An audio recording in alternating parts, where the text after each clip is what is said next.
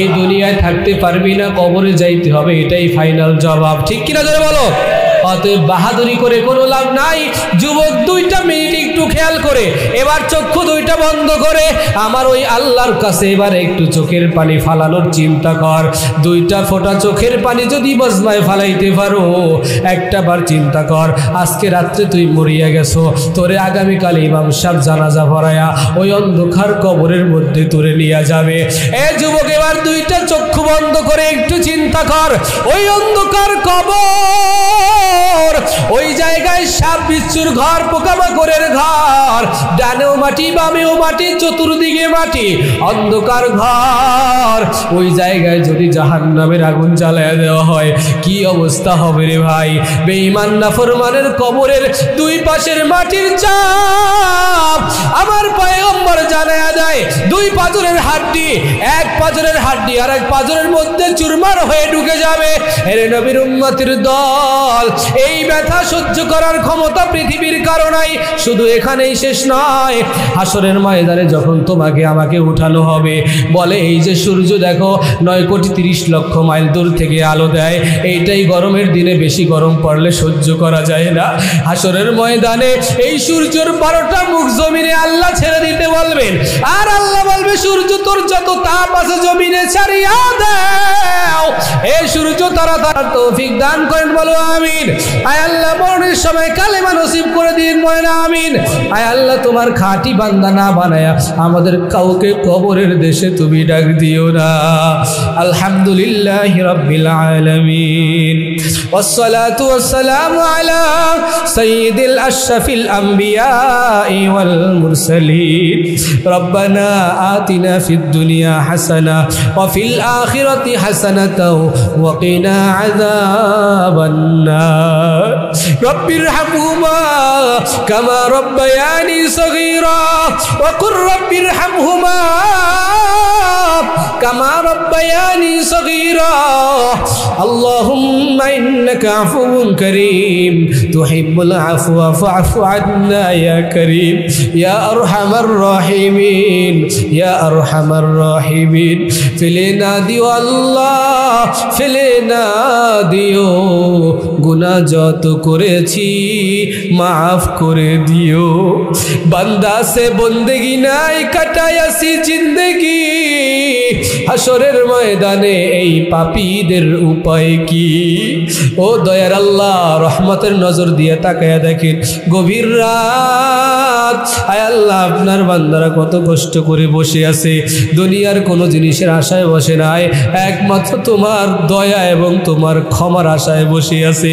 আয় আল্লাহ পর্দার অন্তরালে কত মা, আয় আল্লাহ তোমার দরবারে হাত বাড়িয়েছে। আয় রব্বি করিম, বড় দয়া করে মায়া করে মোহাব্বত করে ভালোবেসে তুমি আমাদের সকলের গুনাহ খাতাগুলো মাফ করিয়া দাও। আয় আল্লাহ আমি অদম গুনাহগার, আয় আল্লাহ মুসাফির হয়ে আসছি, মুসাফিরের দোয়া কবুল হয়। আয় আল্লাহ ওই হিসাবে আমি তাদের জন্য দোয়া করতেছি, এই এলাকার সবাইকে তুমি মাফ করিয়া দাও। আয় আল্লাহ বিশেষ করে যুবক ভাইদেরকে কবুল করে নাও। আয় আল্লাহ যুবক ভাইরা এবং এলাকাবাসীরা বড় কষ্ট করে এই মাহফিলটা আয়োজন করেছেন। আয় আল্লাহ সভাপতি সাহেব সহকারে এলাকার যারা আছে আল্লাহ মুরব্বী সবাইকে তুমি মাফ করিয়া দিও। আয় আল্লাহ এই জান্নাতের বাগানের খাতিরে তাদেরকে জান্নাতি বানায়া দিও। আয় আল্লাহ এলাকা থেকে কত মুরব্বীরা গত বছর এই মাহফিলে ছিল, আজকে এই মাহফিলে তারা উপস্থিত নাই, দুনিয়ার থেকে চিরবিদায় নিয়ে অন্ধকার কবরের মেহমান হয়ে গেছে। আয় আল্লাহ পৃথিবীর সব খবর নিতে পারি, আর অন্ধকার কবরের 3.5 হাত মাটির নিচের কবরের খবর নিতে জানি না। আয় রব্বি কারীম, এই ক্ষমতা তুমি কাউকে দাও নাই। আয় আল্লাহ দুনিয়া অত্যাধুনিক প্রযুক্তির মাধ্যমে, ইমুর মাধ্যমে, হোয়াটসঅ্যাপের মাধ্যমে যুবকরা এক দেশ থেকে আরেক দেশে ভিডিও কলে খবর নিতে পারে।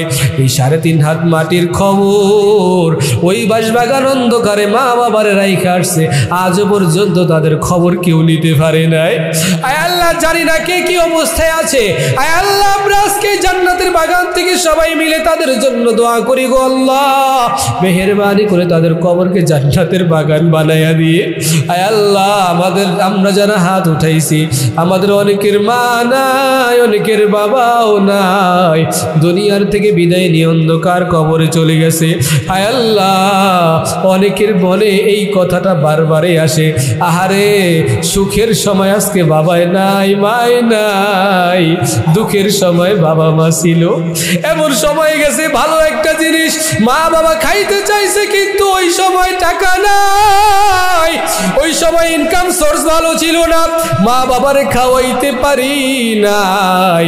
আর আজকে আমার সব হয়েছে, কিন্তু আমার জনম দুঃখিনী মা বাবা পাশে নাই। এর যুবক ভাই, যাদের মা বাবা দুনিয়ায় আছে রে ভাই, আজকে থেকে নিয়ত কর মা বাবার খেদমত করবি, মা বাবারে কষ্ট দিবি না, মা বাবার সাথে খারাপ ব্যবহার করবি না, ওই মা বাবার জন্য ভালো একটা খাবারের ব্যবস্থা করবি। তুমি ঢাকা চাকরি করো, যেখানেই থাকো না কেন, বিদেশ থেকে থাকো, সেখানে ফোন দিয়া মা বাবার খবর নিবা, মা বাবারে সান্ত্বনা দিবা, মা বাবার জন্য টাকা পাঠাইবা, উপহার পাঠাইবা, মা বাবার যা দরকার সবার আগে খবর নিবা, ঔষধ দিবা, সব দিবা, চিকিৎসা করাইবা, তোমারে আল্লাহই বরকত দান করবে রে ভাই।